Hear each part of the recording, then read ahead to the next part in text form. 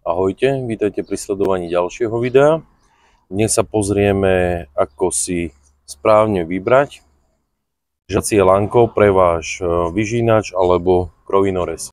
Prvé kritérium pri výbere lanka je prierez. Aby ste zvolili správny prierez pre váš vyžínač alebo krovinorez, musíte poznať návod od vášho stroju.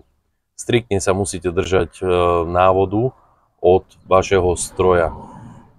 Väčšina ľudí si myslí, že čím hrubšia struna alebo lanko, tým lepšie. Žiaľ, nie je to tak. Ak použijete hrubšiu strunu, ako predpisuje výrobca, dochádza k nadmernému zaťaženiu motora, tým pádom aj zvýšenej spotrebe, ale aj k nadmernému opotrebeniu ostatných častí stroja. Zo skúseností, ale chvála Bohu nie mojej, dlhodobé preťažovanie motora hrubou strunou vedie až k zadretiu motora. Preto striktne dodržiavajte návod od výrobcu. Ešte jedna rada k predĺženiu životnosti motora. Používajte lanko o dimenziu menšiu, ako predpisuje výrobca. Môj krovinorez už má 14 rokov a stále funguje. Všeobecne platí, že vyžínače sú slabšie ako krovinorezy. Vyžínače používajú na rezanie výhradne iba silón alebo žace lanko, kdežto pri krovinorezoch okrem lanka môžete použiť aj nôž. Pre malé elektrické vyžínače sa používajú lanka do priemeru zhruba 1,3. Pre elektrické vyžínače do výkonu 600 W sa môžu používať lanka priemeru 1,6. Pre silnejšie elektrické vyžínače s výkonom 1 kW sa môžu používať lanka priemeru 2 mm a rovnako aj pre benzínové vyžínače. Pri hobby krovinorezoch lanka môžete použiť priemeru 2,4 mm.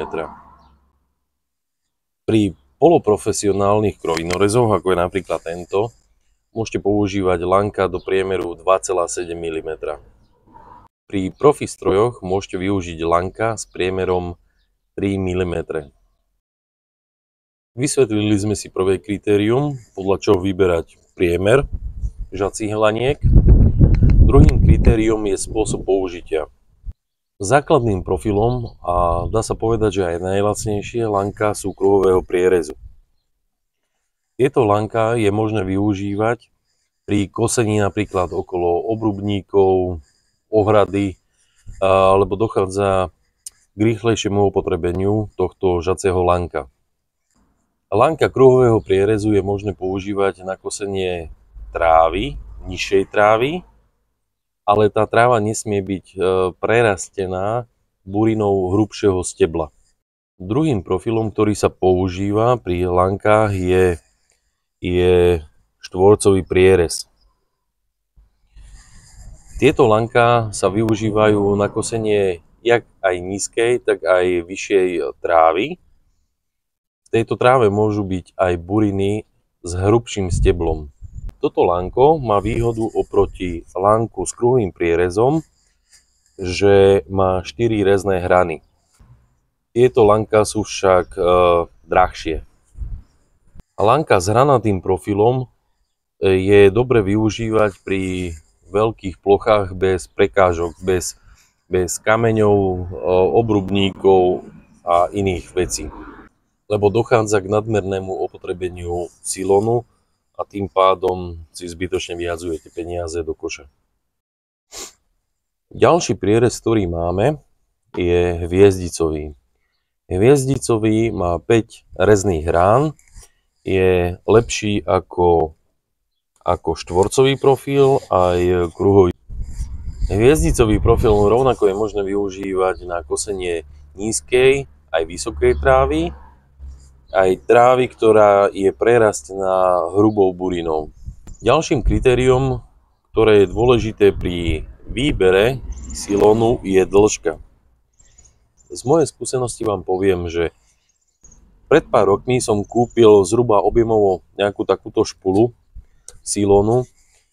Žiaľ, ten silón sa zapekal, pri kosení človek má z toho nervy, každú chvíľu musí otvárať hlavu na krovinoreze, rozťahovať ten silón, preto som si vybral značku Štýl. Žacie lánka sa rozdeľujú podľa prierezov a k tomu prislúcha daná farba.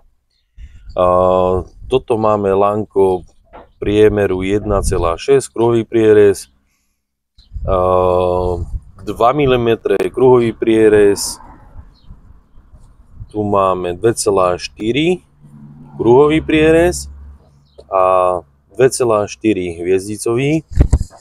Hoď sú profily iné, farba je rovnaká.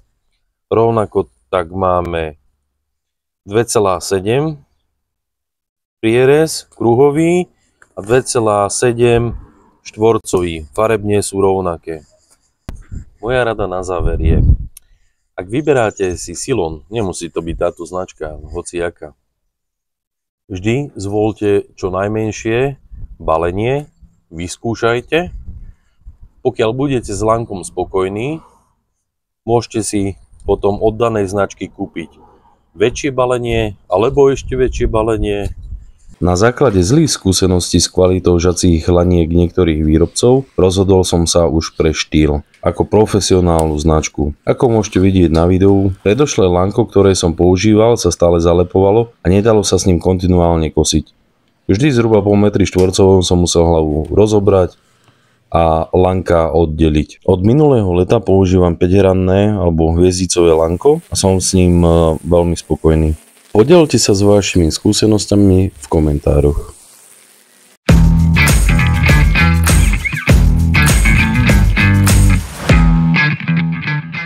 V ďalšom videu si ukážeme, ako správne namotať lánko do hlavy vyžínaču alebo krovinorezu.